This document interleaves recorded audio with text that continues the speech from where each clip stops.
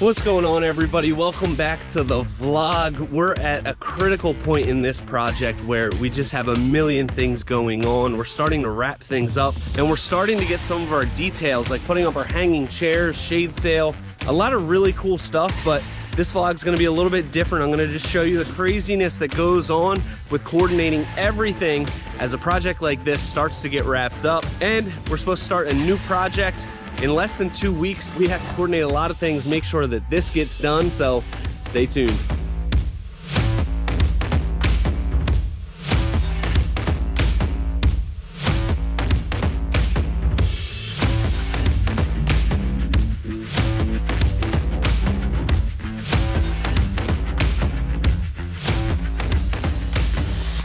All right, so we got all of our other sections up, and this is the last one that needs to go in. So we have our post here.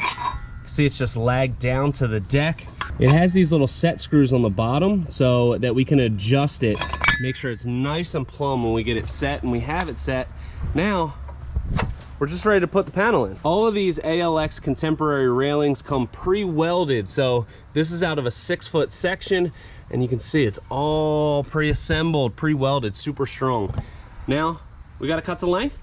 Cut the length, minus an inch to account for the half-inch brackets. Throw the brackets on.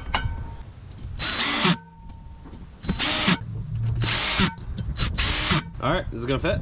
Should fit. All right, let's see. Let's see.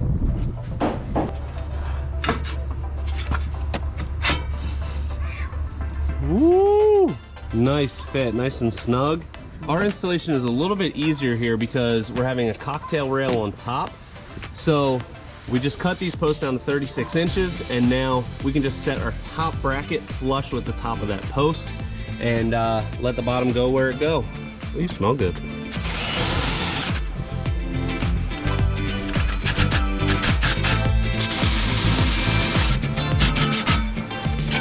All right, so we'll get this bottom set, we'll get another screw in this top, and then we'll show you a couple tricks with this cocktail rail, how it fits really nice and tight, and you don't see that little bit of light shining through, because we don't want that. Can I help you? Hi, what do we got going on here? Oh, the siding. Take a walk with me. As you can see, we had to remove some of the siding in this general area of that gable. All right, and we get a ton of questions about little thing like this, just putting the siding back up, because you know you're not starting from the bottom and working your way up like you typically would. So how do you go about patching this in? Show us a couple tips. And with siding, yes, you do start from the bottom, work your way up. In this case, we have to feather into it. So it's just unlocking panels, recutting them back in and locking them back together. As somebody would say around here, you would lock it in for justice. So since you're working here, yeah, that works. whether people do this. And now for the weather. Since you're working from this area, it's a lot easier because I have this piece on. But what I like to do is when I have to work in the middle of it, I can see how hard you're concentrating. Good point. You're doing a really good job. What I like to do is I like to find my old nail holes from the original install of the siding, because if your nailing flanges are lining up with your existing nail holes, that means you're on the right elevation for your siding. So when you get to rows where you're like, oh, I don't know if they're gonna line up, they'll line up. And then also, what you wanna do is, you wanna make sure you look at the overlap of the siding. In this case, when they sided this house, they started on the right and went to the left. So the left side is on top of the right side. When I install this piece of siding, I have to make sure I unhook this so I can get this piece underneath of it.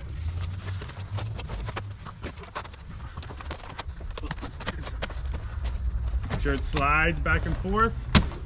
Give the old siding slap.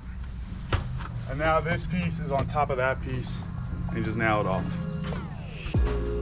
All right, we're working on our outdoor kitchen here, and you saw in the last video that little detail we did of them kind of stepping back and the deck boards dying into it. We're actually gonna make a change on that.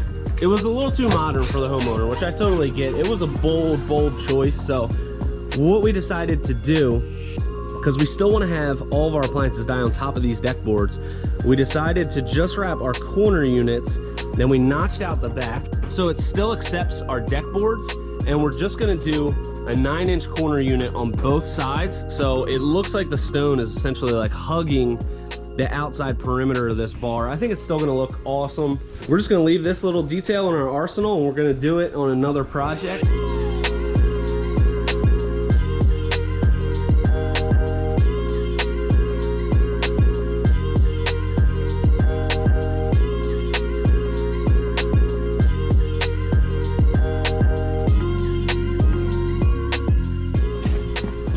All right, so we've got our last cocktail rail piece cut here, and you can see, if I pull this down, even if I screw it down really nice and tight, you're still gonna get that little bit of daylight coming through. We don't want that. We'll show you our little trick for dealing with that.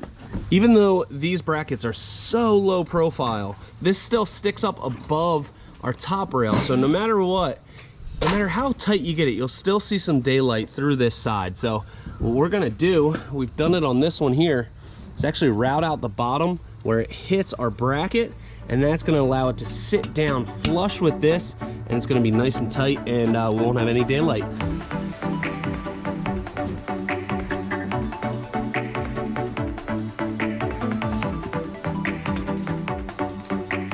So we've got this marked out. That's our post, and here's our little bracket. So what we're gonna do, a little router action.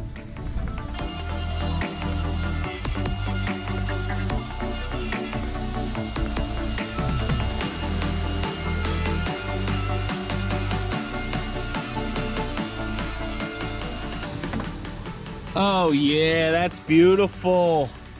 That's the fit right there. So you can see now they're sitting nice and flush with each other. And what do we have? We've got no daylight through there, none. Oh, that's beautiful.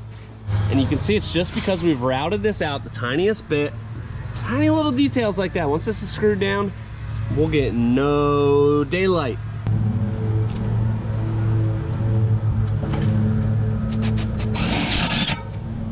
All we do to fasten these is just throw a screw from underneath into our deck board. What do we got, 2 inches in there? Yeah, 2 inches. That's typically what we've been using? Yep. 2 inches, like just right, and you gotta be careful not to come through. I think we've used 1 7/8 in the past if you can find them, but nice and clean, super easy. If it's in a visible spot, you can hit that with a tiny little bit of paint, and it totally disappears. Hey Tom, this outside corner is a little wobbly. What do we do? Do we have a plan for that? Yeah, we're gonna. Oh, we do? Yeah, yeah. Oh, we do? Yeah. Oh, We'll okay. send a screw into the side to bring them together nice and tight. We're gonna make sure it's locked in for justice. You can see we throw that screw tying the 2 boards together, and then we can also plug it. Works great. Tom, you got any energy drinks? Oh yeah. Tom's my official energy drink supplier. He's always got this thing stocked for when I need a little extra juice. No time to play around. Let's get this energy drink. Let's go. All right.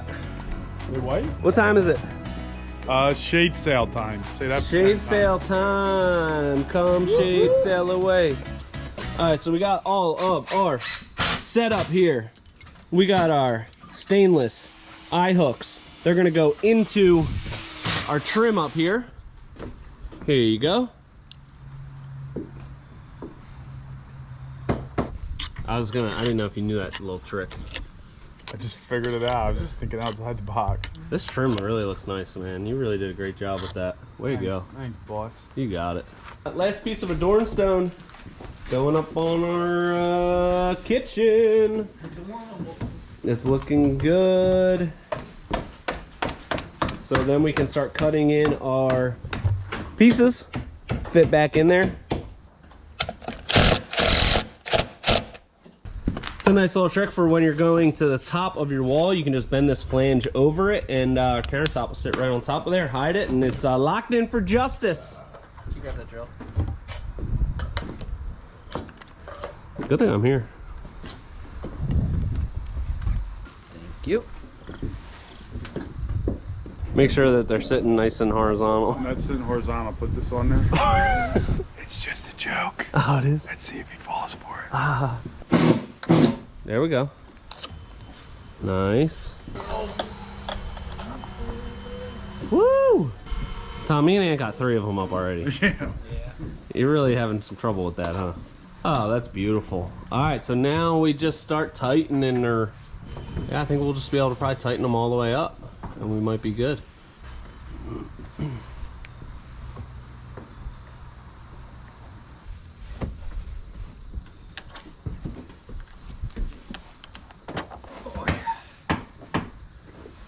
Phew.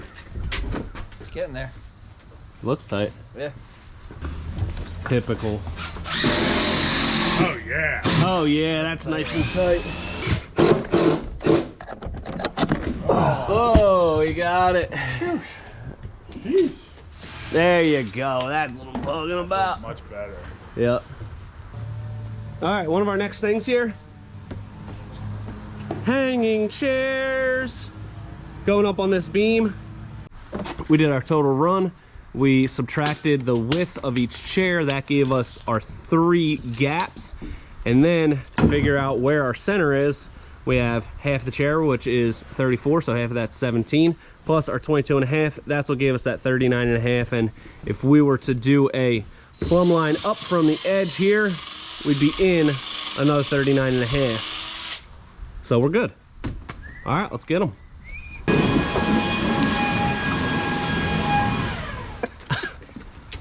That's a good, that's called a body ratchet. You guys are rude.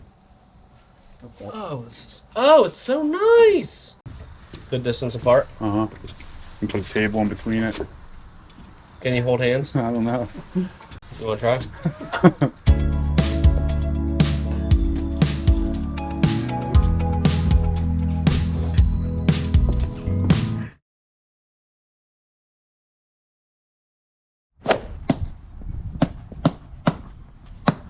Sean, Oh, what are you doing?